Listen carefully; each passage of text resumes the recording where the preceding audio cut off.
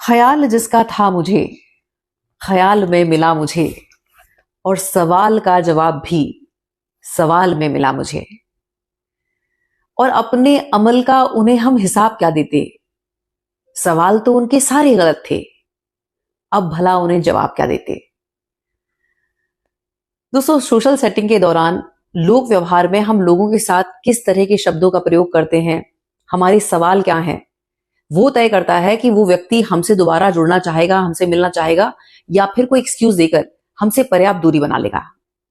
अगर हम चाहते हैं कि बिन मांगे हमें बेहिसाब प्यार, सम्मान, अपनापन मिले, तो हमें अपने सवालों की जिम्मेदारी लेनी होगी और भूले से भी कभी भी इन 5 तरह के सवालों को लोगों से नहीं पूछना है।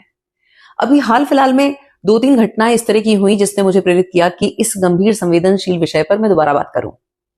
पहला और अहम जो सवाल है वो ये है कि हम जब किसी से मिलते हैं और कोई व्यक्ति अपना परिचय दे रहा है, उसने अपना पूरा नाम बताया, अब जो वो टाइटल लगा रहा है वो पहली बार हमने सुना है, तो कभी भी हमें ये नहीं पूछना है कि आप किस जाति से ताल्लुक रखते हैं, आप ST SC में आते हैं या फिर जनरल कैटेगरी में। ये सवाल हमारी संकीर्ण मानसिकता को दर्शाता है। एक बड़े विजन को जो व्यक्ति लेके चल रहा है वो कभी भी इस तरह की छोटी सोच वाले व्यक्ति से जुड़ना नहीं चाहेगा। आज 2026 में जब राष्ट्र और समाज की प्रगति की बात होनी चाहिए, वहां अगर हम इस तरह की बात कर रहे हैं तो वो हमारे एक लोअर लेवल की चेतना को दिखाता है। तो इसीलिए हमें इस तरह का कभी किसी के साथ सवाल नहीं करना है अगर हम चाहते हैं कि लोग हमारे साथ सहज हों और दोबारा हमसे मिलना चाहें। दूसरा सवाल जो हमें कभी किसी से नहीं पूछना है वो है व्यक्ति के संघर्ष या उसकी आर्थिक स्थिति से जुड़ा हुआ। एक व्यक्ति जो किराए के मकान में रह रहा है, उससे हमें कभी ये नहीं पूछना है कि आप अपने नए घर में कब शिफ्ट हो रहे हैं, नया घर कब बना रहे हैं। अगर एक व्यक्ति पुरानी गाड़ी मेंटेन करे हुए है, पुरानी कार उसके पास है, पुरानी बाइक उसके पास है, तो कभी ये नहीं पूछना है कि इस गाड़ी को तुम कब तक खींचोगे, कब तक चलाओगे, नई गाड़ी क्यों नहीं ले लेते। या फिर एक व्यक्ति जो अपने जॉब में संघर्ष कर रहा है, उससे कभी ये नहीं पूछना है कि कितना कमा लेते हो। अभी 1 वीक पहले की बात है, मेरी एक फ्रेंड है जहां वो रहती है, तो थोड़ा सा इवनिंग टाइम में बहुत क्राउड हो जाता है, तो हमेशा होता है कि जब मुझे कभी साथ जाना होता है तो मैं उसे कॉल कर देती हूँ और एक स्पेसिफिक जगह पे वो मुझे वहां मिलती है। अब हुआ ये था कि मैं दिए हुए समय से पहले पहुंच गई और मैं उसका वेट कर रही थी, तभी मेरी निगाह गई पास के ही एक घर में शिफ्टिंग चल रही थी। तो एक साहब होंगे, उनकी उम्र 60-65 की करीब रही होगी, वो बच्चों की हेल्प से शिफ्टिंग करा रहे थे। अब वो शिफ्टिंग में मशरूफ थे, तभी एक साहब निकले और ये तंज कस के गए कि साहब ये बंजारों वाली जिंदगी कब तक जिएंगे, अब तो अपना घर बना लो। और वो मुस्कुरा के रह गए। ये सवाल सुनने और बोलने में बड़े आसान और सहज लगते हैं, लेकिन हर व्यक्ति ये चाहता है कि उसके पास अपना घर हो, एक नई गाड़ी हो, शानदार बाइक हो, उसका अच्छा बैंक बैलेंस हो। लेकिन हमें नहीं पता कि उसके जीवन का क्या संघर्ष है, वो किस तरह की चुनौतियों से जूझ रहा है, उसके ऊपर किस तरह की रिस्पॉन्सिबिलिटीज हैं।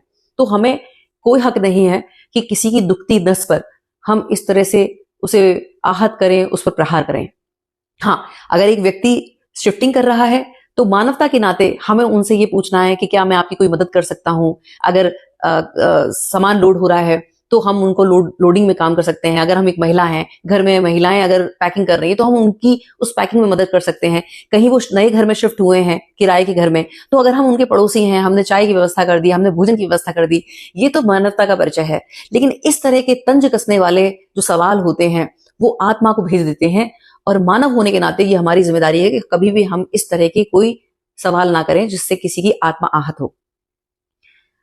तीसरा जो सवाल है वो है व्यक्ति की निजी जीवन से जुड़ा हुआ। आप शादी कब कर रहे हैं, आपने शादी क्यों नहीं करी, आपका तलाक क्यों हो गया, आप शादीशुदा तो हैं, बच्चे क्यों नहीं हैं। ये हमारा विषय नहीं है। एक व्यक्ति ने शादी की, नहीं की, उसका तलाक हुआ, उसके बच्चे नहीं हैं, वो उसका व्यक्तिगत निर्णय है, उसमें हमें हस्तक्षेप करने का कोई अधिकार नहीं है। हमें अपनी सौम्यता से, सरलता से इतना प्रगाढ़ एक रिश्ता बनाना है कि वो खुद सहज हो और अपनी लाइफ स्टोरी हमारे साथ खुद साझा करे। और जब वो अपनी लाइफ स्टोरी शेयर कर रहा है तो उस समय हमें ज्ञान देने की जरूरत नहीं है, वो उसका वाइज डिसीजन है। अगर वो हमसे राय ले रहा है कि अब उसे क्या करना चाहिए, तब हमारा ये जिम्मेदारी है कि हम उसे राय दें। लेकिन अगर कोई व्यक्ति अपने जीवन का कोई संघर्ष बता रहा है, कोई चैलेंज बता रहा है, कोई रीजन दे रहा है कि उसने ये निर्णय क्यों लिया, तो हमें उसके निर्णय का सम्मान करना है। जब हम लोगों के निर्णय का सम्मान करते हैं, उन्हें जज नहीं करते हैं, तब लोग सहजता से प्रेम पूर्वक हमसे जुड़ना चाहते हैं। तो हमें उनकी जो पर्सनल लाइफ है उसको रेस्पेक्ट करनी है, उनकी बाउंड्रीज को रेस्पेक्ट करना है और उनके व्यक्तिगत मामलों में हस्तक्षेप कभी नहीं करना है। चौथा सवाल जो हमें भूले से भी कभी किसी से नहीं करना है वो ये कि अगर कोई हमारा नोन किसी अनजान व्यक्ति के साथ हमें मिलता है किसी पब्लिक प्लेस में या हमारी ही सोसाइटी में, तो हम उत्सुक हैं ये जानने के लिए कि वो व्यक्ति कौन है। तो कभी हमें ये नहीं पूछना है कि आपका इनके साथ क्या रिश्ता है या आपके रिश्ते में क्या रखते हैं।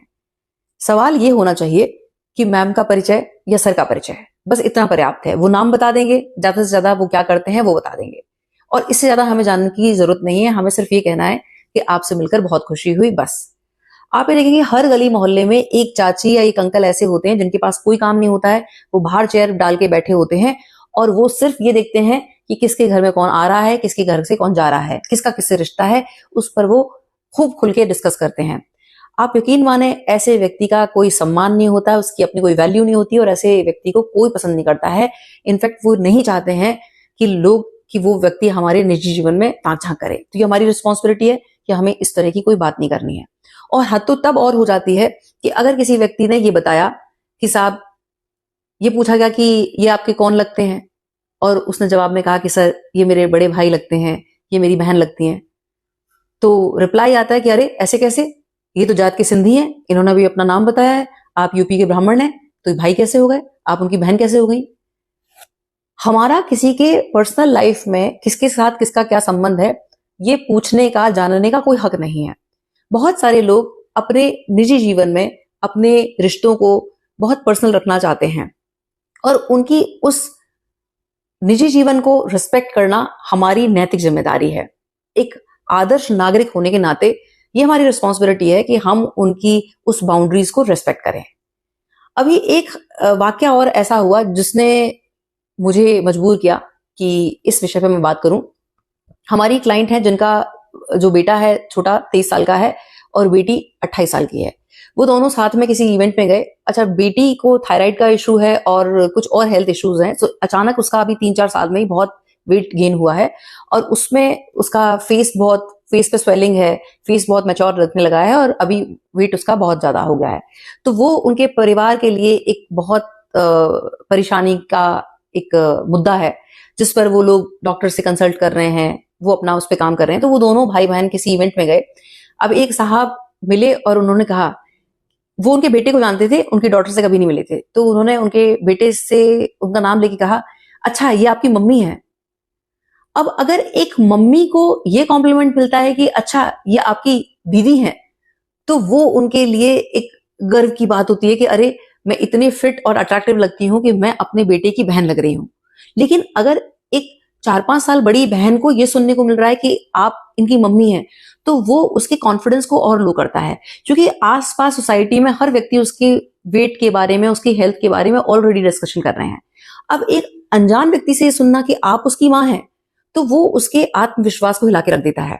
तो जो मेरी क्लाइंट है उन्होंने कहा कि वो इतनी डिप्रेस है कि अब वो किसी सोशल इवेंट में, किसी गेट टुगेदर में जाना पसंद ही नहीं कर रही है। उसने अपने आप को 4 दीवारी में कैद कर लिया है। तो एक जिम्मेदार नागरिक होने के नाते हमारी ये जिम्मेदारी होती है कि हमें थोड़ा सा पॉज लेकर उस व्यक्ति को अलाउ करना है कि वो खुद अपने आप सहजता से परिचय कराए।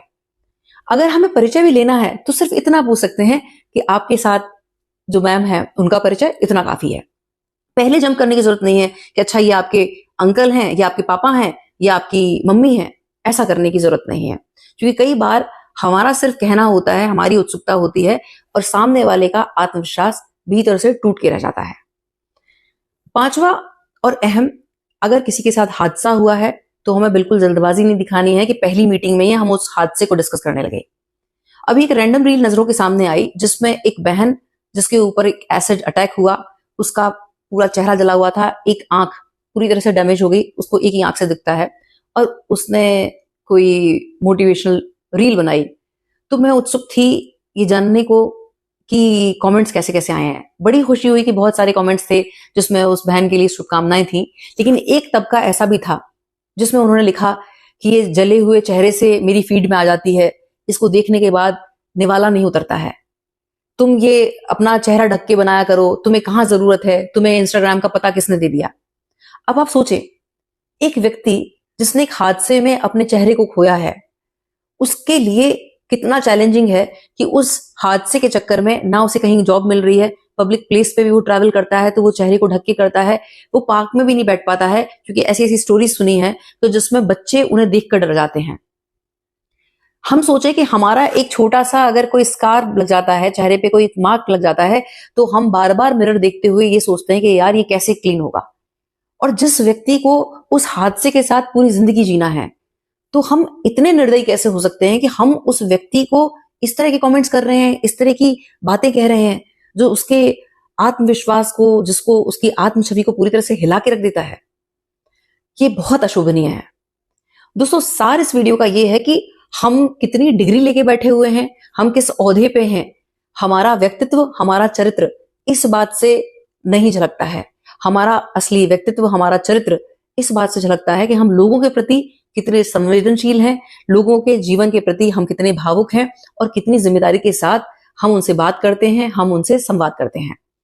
इस पर एक बड़ा अच्छा शेर है, मैंने कई बार पढ़ा है और मुझे बार बार पढ़ना अच्छा लगता है। एक शब्द है तालीम, तालीम का मतलब होता है एजुकेशन, और एक शब्द है इल्म, इल्म का मतलब होता है ज्ञान, वो ज्ञान जो हमारे दैनिक व्यवहार में झलकता है। और लाइंस ये हैं कि डिग्रियां तो तालीम के खर्चों की रसीदें हैं और इल्म तो वही है जो किरदार में झलकता है। तो लोक व्यवहार के दौरान ये हमारी नैतिक जिम्मेदारी है कि जब हम लोगों से मिल रहे हैं, उनसे बात कर रहे हैं, तो सवाल जो हम करें बहुत जिम्मेदारी के साथ करें।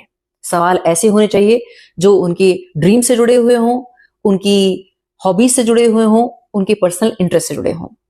विचार कीजिए। बहुत बहुत आभार। नमस्कार। जय श्री राम।